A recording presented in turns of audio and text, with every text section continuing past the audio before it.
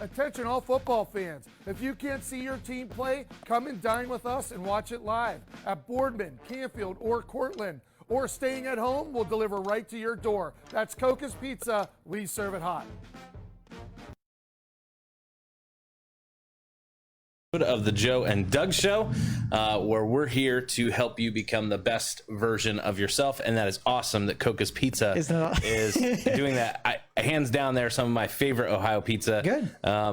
Do we get extra money if I talk about this? Yeah, go ahead. Yeah, okay. Yeah. So pepperoni rolls. They do their big pepperoni roll sale. It's always good after Thanksgiving. I think Black Friday, you can get them for $2 and freeze them a whole bunch, and fun for football parties, all that sort of stuff. So. There you go. They had like a whole table's worth the other night down there. You missed it. I'm so sorry.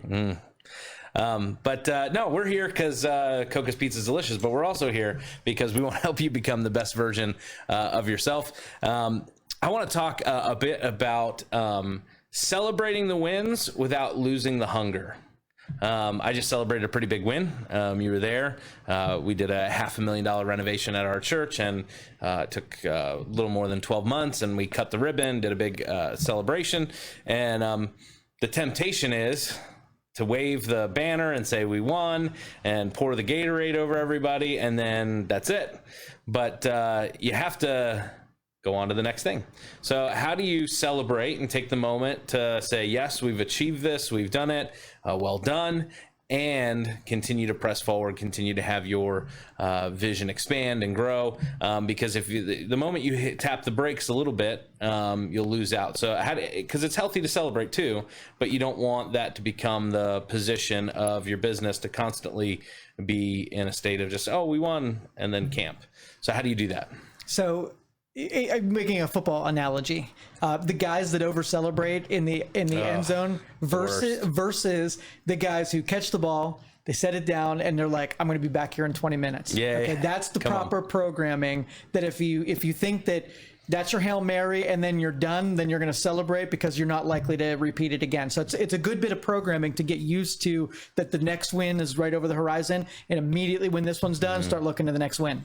Yeah, absolutely. I think, as we came off a big Sunday night, we all took, I told a few of our team members, Pastor Mike, I said, don't leave your couch. We're all taking Monday. We're going to relax.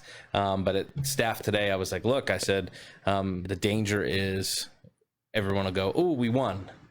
And that's it. And we'll celebrate, but we got to move on. There's another game to play. There's another down to play, so to speak. And so, and there's an element of like act like you've been here before. Yep. And sometimes when you hit those pinnacles, you hit those moments, people tend to act as if it's all over. And how many times have we seen those sort of comebacks? My beloved Eagles on Sunday were up 17-0 and lost 27-17. So it was not pretty. No.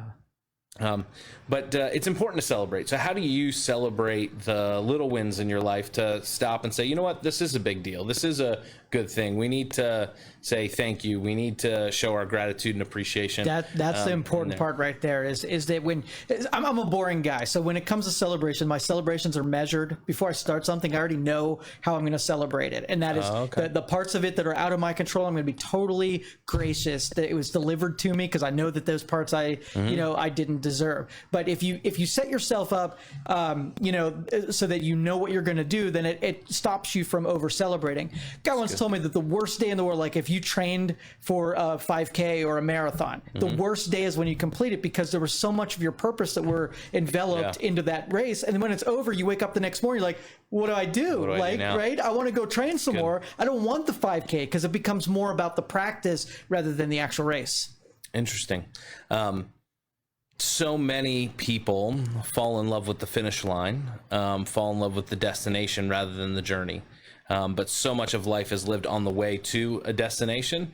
And if you celebrate too soon, we've all seen that that individual that starts celebrating halfway down the field and then gets tackled or fumbles or whatever. Yes, that's you don't want to celebrate too early. You want to finish. But for those people that get so ingrained with the finish line, they end up they end up missing out on so much of the joy of the journey, even in the pain and some of the stuff that doesn't go quite right. They end up missing out on such an important part for that. How do you prioritize the journey and not just the victory? So you and I probably deal with the same types of people. It's usually at the end of the spectrum. Either people are afraid and they're looking 1 inch down and they never get to see anything on the horizon. And you have those other people that are looking nothing but the horizon and miss everything that's short term and in front of them. So I honestly think that you balance this out where you have to know which one of those two people you are, or if you're in each one. Because I've been in both places, right? Yeah. I've been looking for too far down the road and I'm missing all the stuff that's amazing right in front of me. So you got to bring your gaze down a little bit. So I think when you're afraid, then you get your faith and your hope, and let you your confidence allows you to look a little bit higher. And when you're overconfident, you got to use those humility and graciousness to bring your gaze down from the horizon. Interesting. So it's more of a dose of perspective. Don't get too far out in front, especially as a leader, because then you'll turn around and realize, oh, there's nobody following me. I got too far out in front. And don't be so looking down at your feet, or you'll have nobody following you. What's the last win that you won and celebrated? The last thing that you were like, you know what, that was a huge win. Celebrate it. How'd you celebrate it? What was the win? So I used to have to do work, and if I would miss 1 day of work, then I would pay for it for like 6 months. The big win was when I could go away with my family, and then my staff just hits home runs while I'm gone, and I don't even my MIA was not even noticed. That's awesome. Yes, that's the win. They say that's the test of leadership is what happens in your absence. So kudos to you and Youngstown Computers and everything else that revolves around your business ventures and all that. And you celebrated that obviously by enjoying vacation and not having to answer too many emails or phone calls. You got to tune out a bit. Yes. You said you plan celebrations. Now, we've seen a bunch of these, particularly last year, I remember in the NFL, where they were planning the celebrations like they were planning the playbook. I mean, they had full-on like 3-part plays in the end zone where people were acting stuff out, and some of it was hilarious, and other stuff was like, seriously, guys, you worked on this for an hour during practice, and it was funny, and it made for. But so you say for you genuinely, hey, I'm picking a goal, and I'm going to plan how I celebrate that goal. Exactly. So what are some ways that people can celebrate their wins? What are some ways that you reward yourself? So, for instance, probably not a good way, but for those people that lose weight, right, and they get in a weight loss thing or an exercise thing, sometimes they reward themselves with like chocolate cake or going out to eat, which is not, it's kind of defeating the purpose, but maybe that's an okay reward for something. Or how do you choose what's a healthy reward or a healthy celebration for achieving? So we have a sticker on our wall at our office that says why, right? So every endeavor, you have to know why you started the endeavor in the first place. So if you connect, like the most natural way to do it is to connect why you did it with what you're celebrating about it. So let's just say you felt super guilty that you couldn't put on a dress and go like everybody else did, so you lost weight. Well, that's a tough time with those dresses, Joe. Maybe. But anyway, so that's your celebration, is you get to go buy that dress and you get to go wear that dress because you're like, you nailed it. So that would be, you could do the same thing. Like if, I can't think of anything right off the get-go. Give me one and I'll give you one. With like a jacket or a shirt for a guy. And, but even like, on a business front, you may have certain quarterly sales goals, and the reward for the team. I know some, I think you've said you've done this, take the whole, hey, look, if we hit our sales goals this quarter, we're going to take the whole office on a half day and we're going to go to a baseball game. Yes, exactly. Like those are really good incentives. They build camaraderie. They reinforce your values. They're all things that are super healthy to do. In that, I think sometimes some people suck at celebrating. Like they're just terrible at it. Yes. And so, they'll have a win and they'll be like, yeah, wasn't that great? Here's a $25 bonus for like 6 months worth of work. And everybody's like, seriously? Exactly. And when the reward doesn't match the win, that's deflating for the team. And so it's important that when you're celebrating people, that the reward matches the task or the mountain that was climbed, so to speak. How do you help people that aren't good at celebrating people? How do you help them how do you coach somebody? I mean, you've had other business leaders that you've helped, and how do you help them? Hey, you need to give them a bonus, or you need to give them extra time off, or you need to do something to where they have been putting it in and killing it. And you're just like, go get them, buddy. And that's not going to do it for, that's nice in a startup when we don't have any money, but you have money, you need to reward them in this area. How do you do that? And how do you help somebody realize that they're undervaluing their talent? I have to figure out first if the person is not celebrating because they're afraid, or someone is just being extra humble where they want the recognition and they don't want to do it themselves. And there's some people that play that coy thing, and it's not healthy. But at the same time, once you recognize it, you can very easily, let it urge them to get up on the pedestal and celebrate for 2 seconds. Once you give them that urging, then they feel like they can do it. But it's up to the leaders to urge that and to inspire their people to do that. Now, if you're an individual and you're like you experience something and you're afraid if you look at it and stare down at it that it'll never happen again, then that's just looking at it through the fear lens. And that would be developing some confidence, hang out with some people who are good at developing that side, see how other people celebrate, that not on the football field because they do the dumbest celebrations. I'm talking about in the real world, like what does that office or company do when they hit those sales goals, and emulate that. So, like, for instance, my wife and I were having this conversation maybe a week or two ago. So we are, God willing, going to close on the selling of our house Friday and buying of a new house on Monday. And in that process, I said to my wife, I said, our realtor did such a great job and really bent over backwards to sell the house and everything else. I said, we should get him something, but like, what do people get their realtor, And so I called my mom, who works at Remax, and I was like, hey, what are some gifts that people have gotten other realtors that weren't like cheesy, like, here's a bobblehead, like, like, what do you get them that they're like, oh, okay, trash, something for my desk, but something that, is meaningful. And, my mom was like, oh, let me check into that. And I Googled some stuff, and I'm like, people get their realtors some really weird stuff.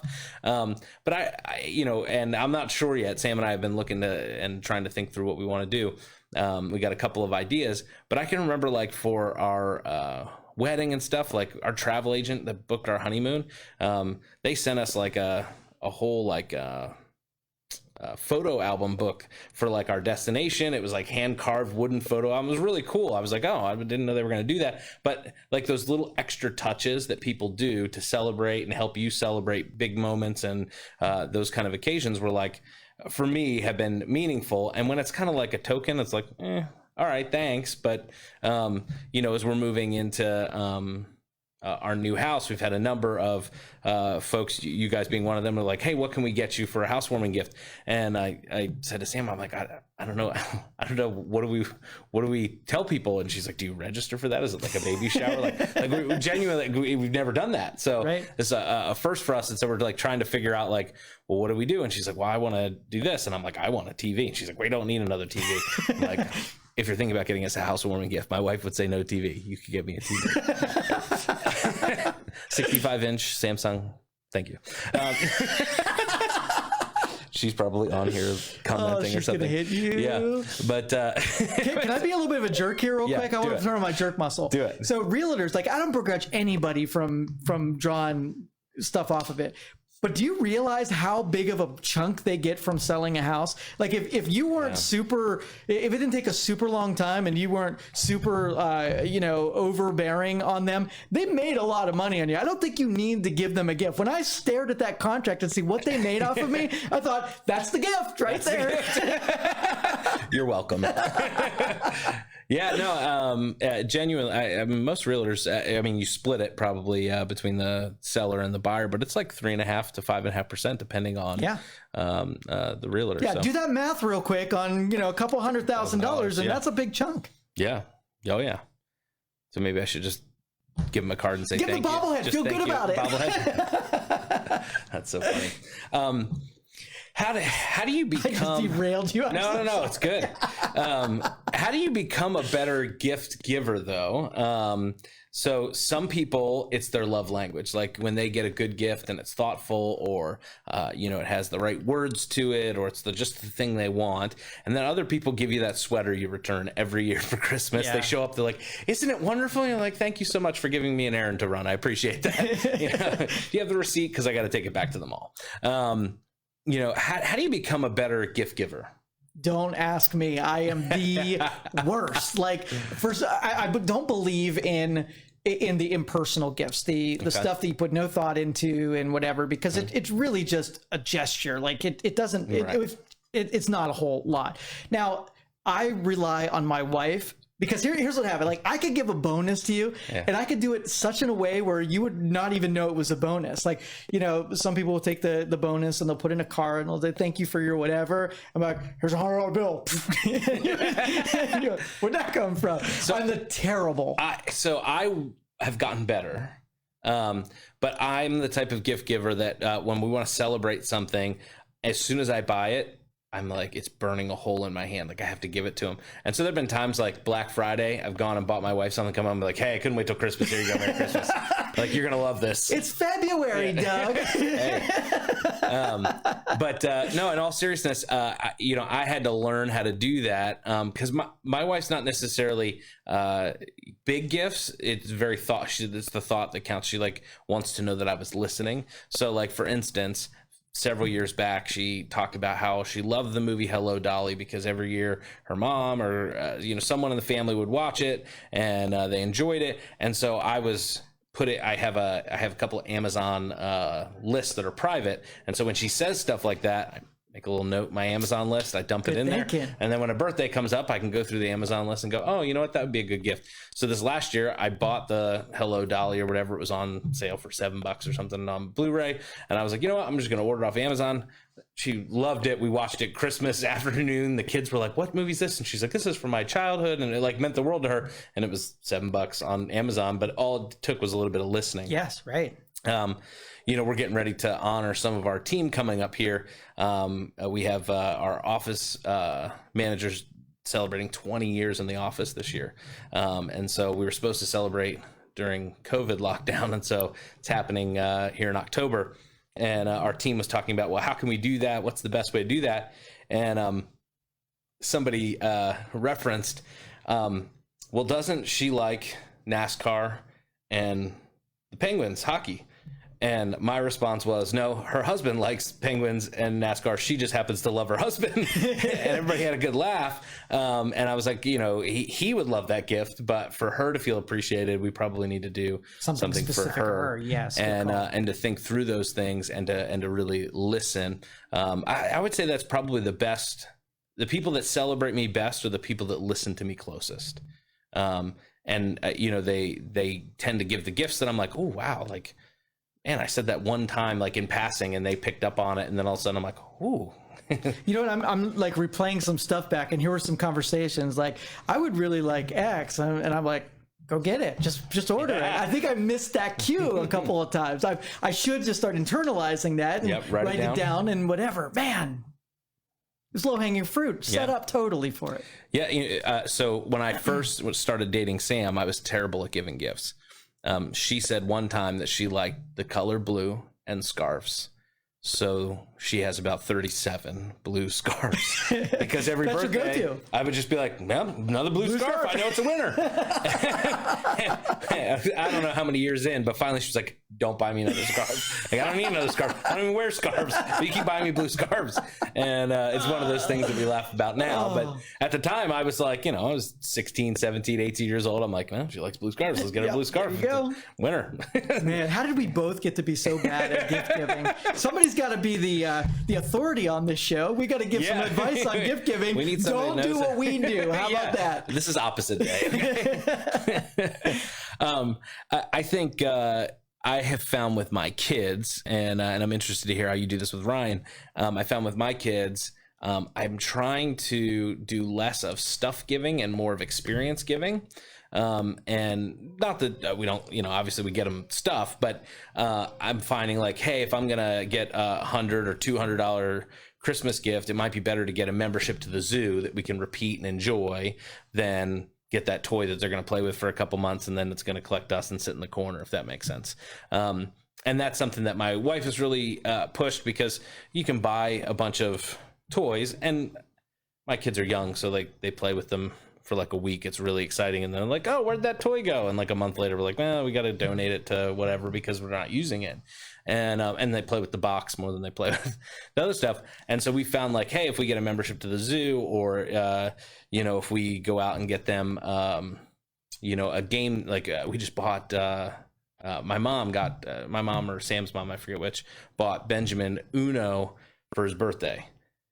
You would have thought the $5 game of Uno was like the greatest thing ever. He plays Uno every day. Beautiful. Him, Graham, the whole family. We've done family games of Uno. We've had friends come over and played like 8-person Uno, and the kids love it. They know the rules. They know how to play. Now, every once in a while, Graham tries to stack the deck. He'll be like, just deal. And I'm like, why do you have all the wilds? And all the +4s and stuff. But those things, games, puzzles, those things that bring us together, I'm finding are far more valuable on the gift front for family. How do you do that with Ryan, Debbie? How do you do that with your family? Well, we're bad at this too. So one part of it we've nailed, and in theory, we're like, listen, it's all silly. We buy Ryan something and he doesn't even play with it. It ends up sitting in a box, and like 5 years later, we dig it out and we sell it for $5 to somebody on buy, sell, trade, right? That's the normal occurrence, because he's just not a big toy. He doesn't play with toys very often. And so what we started to do was like buy a practical gift that's like pretty big that we wouldn't just go out and buy. And then that becomes the gift. But then when Christmas comes along, we're like, we got to do something. And then we buy all the stupid things that are going to go in the buy, sell, trade. So we haven't broken that cycle just yet. Yeah. I think for us, we started when we got married. Sam was like, listen, let's not buy each other a bunch of small stuff. Let's get like 1 or 2 big things we really need. So like we bought iMac one year. We bought like, all right, that's what we need. This is our gift to ourselves. And we go out and get whatever it was we need. Well, I never listened to that. And she gets mad at me every year, because then I'll be like, here, I got you a couple things. She's like, I didn't get you anything. I played by the rules. You said we were... And I was like, oh, I'm sorry. I'm never going to play by those rules. Like, you need a new pair of slippers, or you need... I mean, it's never like crazy things, but I want to... I don't know. I want to dote on my lady a little bit and make sure she has the stuff she needs. And but now she feels guilty because she didn't break the rules, and now she feels like the slouch. Yeah, and I'm Great like, well, job. make up for it on my birthday. I'm like, hey, my birthday's around the corner in February. 65-inch TV. Yeah, Samsung, 4K. It's a subliminal message they get in there. How about let's flip the script and ask this question: what is the best gift you've ever been given? One most memorable. Don't have it. I don't know. Man, I'm going to be in the doghouse on this. Debbie, one, I'm sure. I'm praying for Joe right now. Yeah, right now. What is it? I'm interceding. And coming up with it. How about you? I would say, Sam and I got a number of super huge blessings around our wedding. Our in-laws were super gracious to cover costs of certain things and helped us buy a condo and different things like that. But I would say for me personally, right now I love gifts that bless my family. And so like last year, 2 years ago, 2018, Pastor Appreciation, the board and team got together, and we had wanted a new dining room table for forever, and they all pitched in their money and gave us the money to get a new dining room table. Sweet. And but it was a double blessing, so we went away on vacation, ordered the table, and the last day of vacation my father-in-law passed away, and so we're in the middle of this just tragic time for family and stuff like that. Having to do the funeral and stuff, fly back from Florida on Wednesday. Well, the table got there on Tuesday, and Pastor Mike and Brian from the church stayed up till 1 a.m. putting 700 pieces and wood glue and everything. And so it was all together when we walked in the house, and my wife was like, this is so amazing. And like that to me, like, it's a table. Like, she was excited about it. The kids love it. It fits our family. It's good. But like to have people go the extra mile and have it all put together, like that to me was like, the table, it was a table, but that act of like love for my family was like huge. That's awesome. Well, we hope that you'll celebrate people in your life because you need to. We hope that you'll celebrate the wins along the way, but don't stop when you celebrate a win, because there's more games to play. There's more things to do. For sure. And if you camp on every gift you get and you camp every time you win something, you'll never get to the next win. The next mountain will never get climbed, and the world needs you to climb the next mountain. So amen. We will see you next week. I have a wedding on Thursday, so we won't be in here on Thursday. All the other shows will be here, so tune into the Youngstown Studio channel for all the other shows. All right, take care.